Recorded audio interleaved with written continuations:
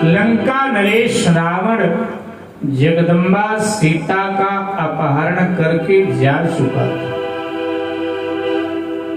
भगवान श्री राम नर लीला करते हुए श्री सीता मां के विरह में रुदन कर रहे थे, विलाप कर रहे थे। हा सीता, हा सीता, हा सीता।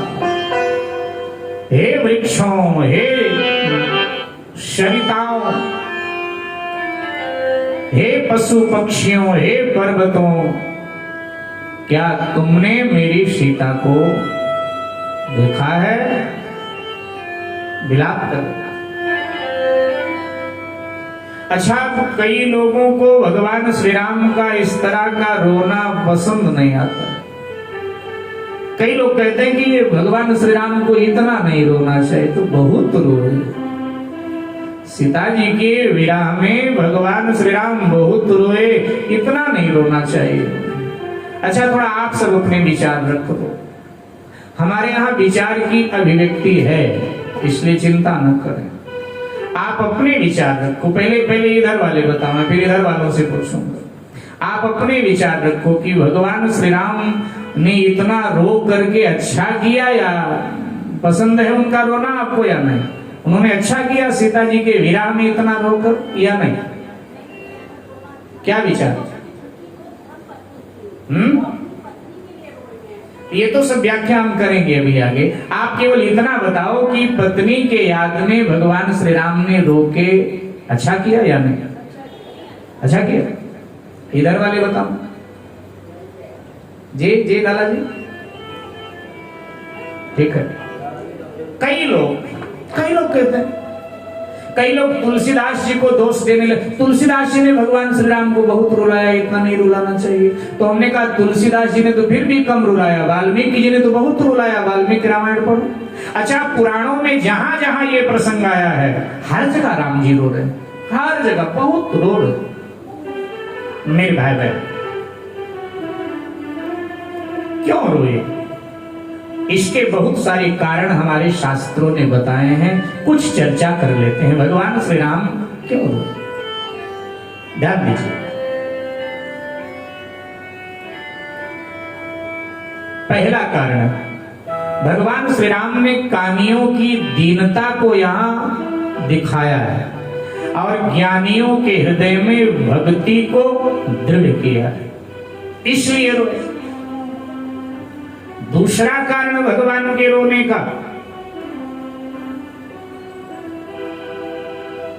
भगवान आदर्श पुत्र हैं, भगवान आदर्श पिता हैं, भगवान आदर्श शिष्य हैं, भगवान आदर्श पति हैं, और भगवान आदर्श शिष्य हैं, भगवान आदर्श शत्रु हैं। भगवान श्री राम शत्रु भी, वो आदर्श शत्रु। मेरे भाई बहन, इसलिए भगवान श्री राम सीता जी के विरह में रोए। तीसरा कारण, आज के पुरुषों की तरह भगवान संवेदनहीन नहीं है, भगवान संवेदनशील हैं। भगवान जगत के पुरुषों को बताना चाहते हैं कि नारी में जितनी संवेदना होती है पति के लिए ना, उतनी ही संवेदना पति में भी अपने पत्नी के लिए होनी चाहिए, इसलिए रोए। चौथा कारण, भगवान ने बताया पति पत्नी के जीवन से बिछुड़ जाए तो पत्नी कितना रोती, और पत्नी पति के जीवन से बिछुड़ जाए और पत्नी के आंखों में, पति के आंखों में आंसू न आए, ये तो निष्ठुरता का परिचायक है। भगवान कहते हैं कि नहीं, परस्पर समान प्रेम होना चाहिए पति पत्नी में। शरीर दो लेकिन आत्मा तो एक होती है पति पत्नी। इसलिए भगवान श्री राम रोए। पांचवा कारण बताते हैं मेरे भाई बहन कि भगवान श्री राम साधुओं के लिए रो रहे हैं। किसके लिए? साधुओं के लिए रो रहे हैं। एक हमारे यहाँ माने हमारे हिंदू धर्म में एक कवितावली रामायण भी है। क्या नाम है? कवितावली रामायण। इसके रचयिता भी तुलसीदास जी हैं। तो कवितावली रामायण में प्रसंग आता है। कवितावली रामायण में ये प्रसंग आता है कि सीता अपहरण से एक दिन पहले लक्ष्मण जी प्रातः काल संतों की जहाँ कुटियाएं बनी हुई थीं उनके पीछे फलदार वृक्ष थे तो वहां फल तोड़ने गए थे। साहब वृक्ष के ऊपर चढ़ करके फल तोड़ रहे थे। इधर दंडकारण्य के महात्माओं ने एक सभा बुलाई संतों की। तो दंडकारण्य के सभी महात्मा आए हुए थे। तो कहने लगे कि देखो भैया, दुनिया का जो परमात्मा है उसने स्वयं तो विवाह किया और हम महात्माओं के लिए कहा कि आजीवन ब्रह्मचर्य का पालन करें। सो हम लोग अब तक ब्रह्मचर्य का पालन कर रहे हैं। अच्छा, वनवास हुआ तो पत्नी को साथ में लेकर आया, वहां महल में छोड़ के नहीं आया भगवान।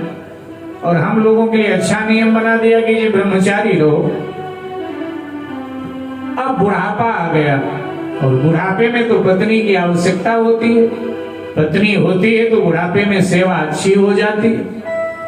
तो अब हम लोग विवाह कर ले और पत्नी आएगी तो कपड़े धोएगी, भोजन बनाएगी और कपड़े और भोजन में जो हमारा समय व्यय होता है वो बचेगा, उसमें हम भजन कुछ ज्यादा कर लिया करें। तो ये चर्चा चल रही थी तो एक समझदार महात्मा था, उसने कहा एक बात बताओ, अगर ब्याह की बात सोचनी भी थी तो जवानी में सोचते तो हम लोगों का ब्याह हो भी जाता। अब बुढ़ापे में कौन अपनी बेटी हम लोगों को देगा जो तुम ब्याह की बातें बेकार में कर रहे हो। उसने कहा रे किसी की बेटी मांगने थोड़ा जाएंगे, तो हमारे पास तरीका है, कल ब्याह हम लोगों का सबका हो जाएगा। बोले क्या तरीका है?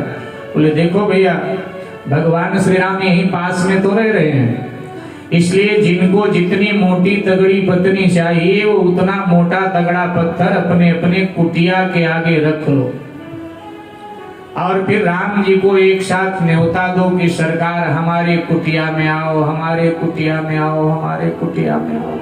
और जब राम जी कुटिया में पांव रखेंगे तो द्वार पर तो पत्थर पर ही तो पांव रखकर कुटिया में घुसेंगे।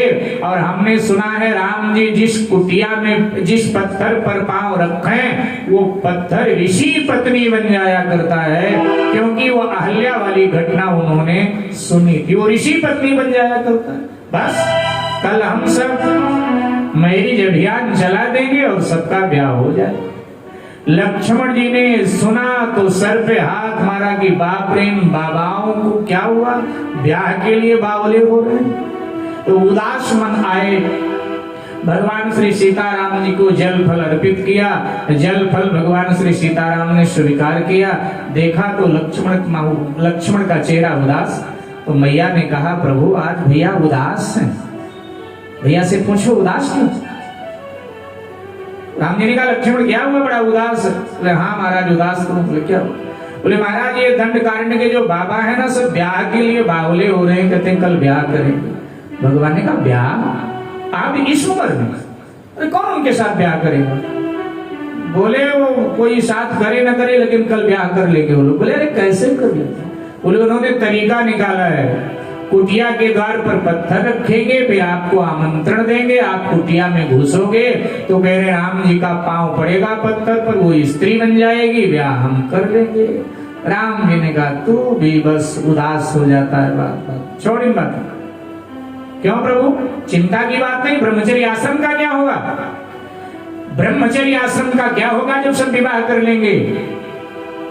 तो भगवान ने कहा देखो कल हम ऐसी लीला करने वाले हैं कि यही महात्मा जो आज ब्याह की बात करते हैं ना, कल यही महात्मा लोग कसम खाएंगे और कहेंगे हे परमात्मा जितने जन्म ले हम कुंवारे ही रहे, हमारा ब्याह ना हो, ऐसी कृपा बनाना। ऐसी लीला करेंगे। अब अगले दिन माँ का अपहरण हो गया, और जब अपहरण हो गया तो भगवान रोते हुए महात्माओं के कुटिया के आगे से निकले। सब महात्मा इकट्ठे बोले भैया क्या हुआ, भगवान रो रहे हैं, रो रहे हैं। एक महात्मा को कहीं खबर पड़ी थी, भागा भागा आया, उसने कहा जगदम्बा सीता माँ का अपहरण हो गया, कोई राक्षस ले गया, भगवान रो रहे। महात्मा लोग कहने लगे अच्छा हुआ हमने ब्याह नहीं किया था, जब ब्याह करके भगवान को रोना पड़ रहा है तो हम लोग ब्याह करते तो न जाने क्या होता। हे परमात्मा जितने जन्म दुनिया में देना, हमको कुंवारे ही रखना, हमारा ब्याह मत करवाना, जब ब्याह करके आप रो रहे। हमारा बात नहीं थी। अब भगवान श्री राम खुले मैदान में रो रहे हैं, छुपा नहीं रहे, अपने रो रहे। और हम लोग मैदान में नहीं रोते हैं, खुले में नहीं, हम लोग कहीं कहीं छुप छुप करके इधर उधर रोते हैं।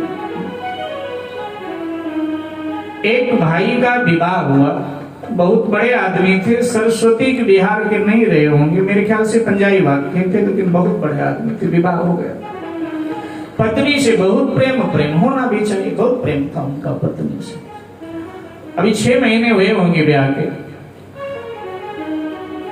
घर में रहे तो भी निहारते रहे, और जब कार्यालय में जाए तो उस समय ये टचिंग फोन चलता नहीं था, तो फोन पर बार बार घर फोन करें तो पत्नी का सारा दिन मैं फोन पकड़ के खड़ी रहूं क्या, घर के काम करने होते, क्या हो गया तुम्हें, काम कर लो आप, इसका शाम को घर आओगे।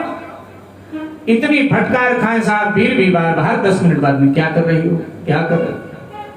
आज जब शाम को घर आए तो पत्नी ने कहा कि देखो मेरे भतीजे का मुंडन है परसों, फोन आया है, इसलिए अब मुझे कल सुबह निकलना पड़ेगा, जाना पड़ेगा। तो बोले हमारे पास तो काम बहुत है, हम तो जाने में, आप मत जाओ, ऐसा करो कि प्रातः काल की जो 8 बजे की ट्रेन है ना, वो मेरे गांव पर भी मेरे गांव में बिल्कुल उतारती है, मेरे अपने स्टेशन पर उतार देती है।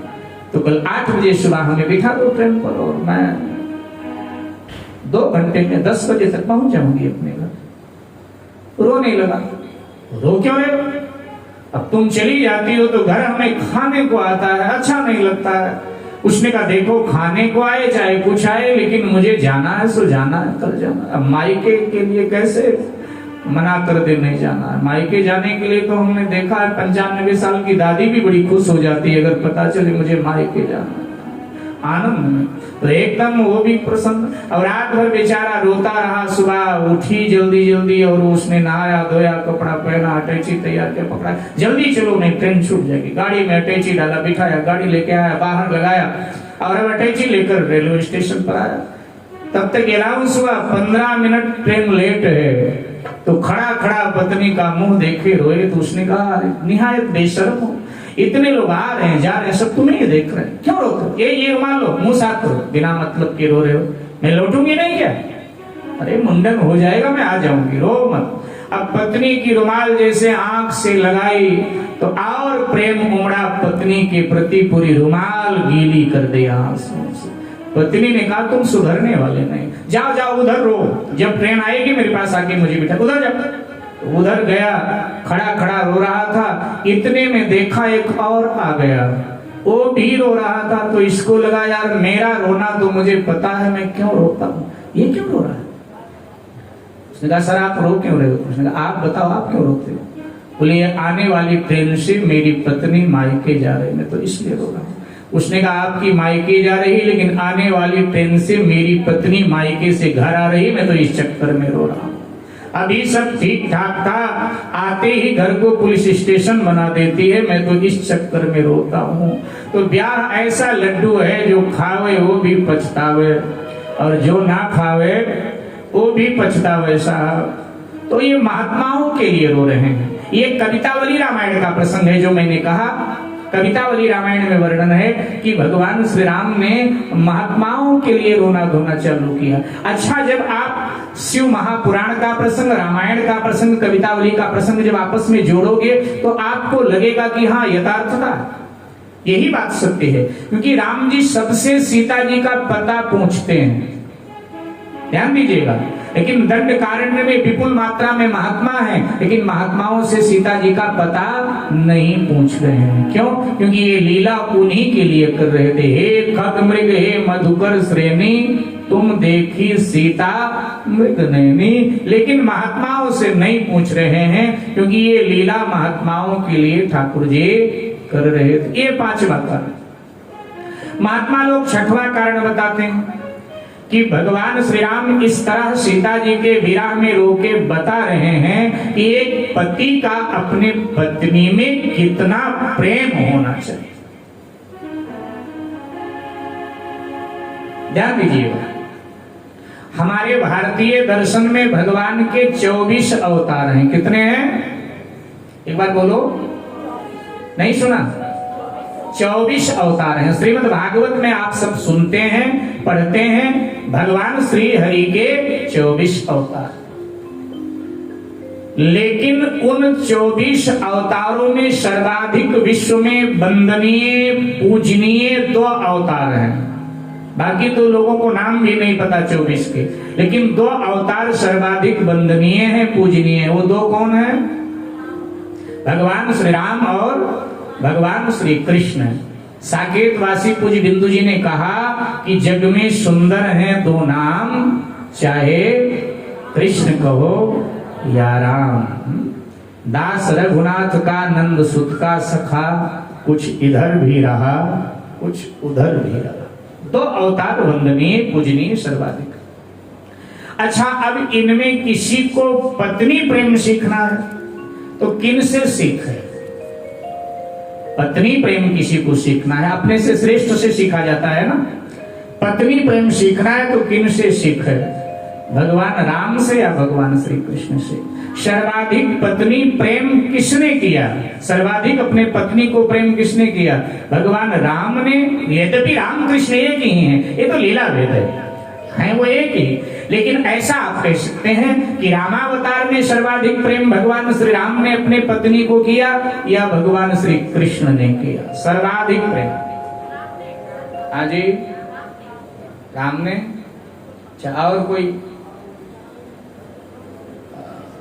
और कोई माता, ये हमारी मैया कह रही हैं कि राम जी ने किया। राम जी वाले कितने इस पक्ष में हैं जो माता जी ने बोला कि भाई राम जी ने सर्वाधिक पत्नी को प्रेम किया? थोड़ा हाथ खड़ा कर दो राम जी के पक्ष वाले।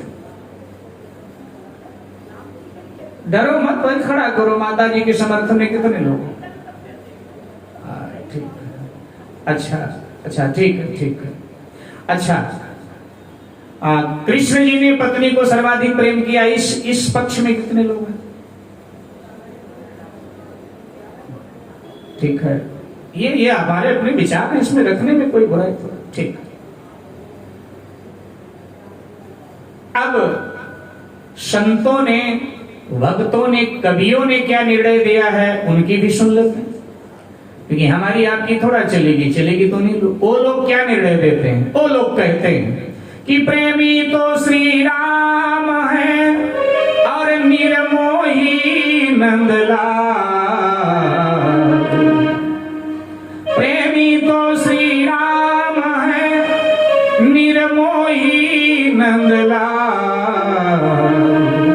वह खोजत बन बन फिरत वह त्यागी ब्रिजवाल। वह खोजत अरे बन बन फिरत वह त्यागी ब्रिजवाल। पत्नी प्रेम तो श्री राम का ही वंदनीय है। क्यों साहब? बोले वे अपनी सीता को बन बन में ढूंढ रहे हैं। अगर वो दूसरा विवाह करने के लिए तैयार हो जाते था, विश्व की अनेक राजकुमारियां उनके सौंदर्य पर अपने आप को कुर्बान कर देती, बलिदान कर देती, लेकिन नहीं। उन्होंने कहा कि सीता के अतिरिक्त और कोई मेरी पत्नी हो ही नहीं सकती। नहीं, असंभव। तो वह खोजत बन बन फिरत, लेकिन वह त्यागी ब्रजवास। वह अपनी सीता को वन वन में ढूंढ रहे हैं, लेकिन वह अपनी राधा सहित सभी गोपियों को ये कहकर गए थे कि मैं परसों लौटूंगा, लेकिन परसों के कही के बिताए दियो वर्षों। परसों के कही के सूर बाबा कहते हैं सूरदास जी की परसों के कही के बिताए दियो वर्षों। यही कहकर गए थे कि हम परसों लौटेंगे, लेकिन अब तक लौटे नहीं, इसलिए वहां शिकायत बहुत है।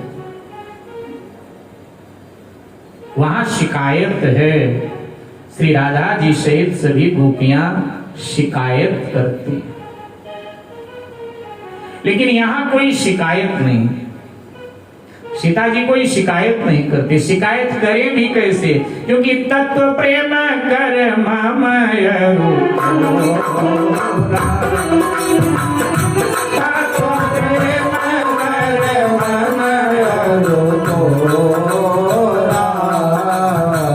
जानत प्रिया एक मन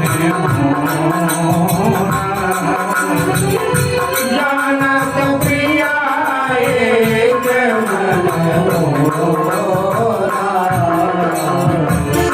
मन सदा राहत कोई पाई, शोभन सदा राहत कोई पाई। जान प्रीति रस यतन ही आई, जान प्रीति रस यतन ही आई। आदत प्रेम कर ममय आदत प्रेम कर ममय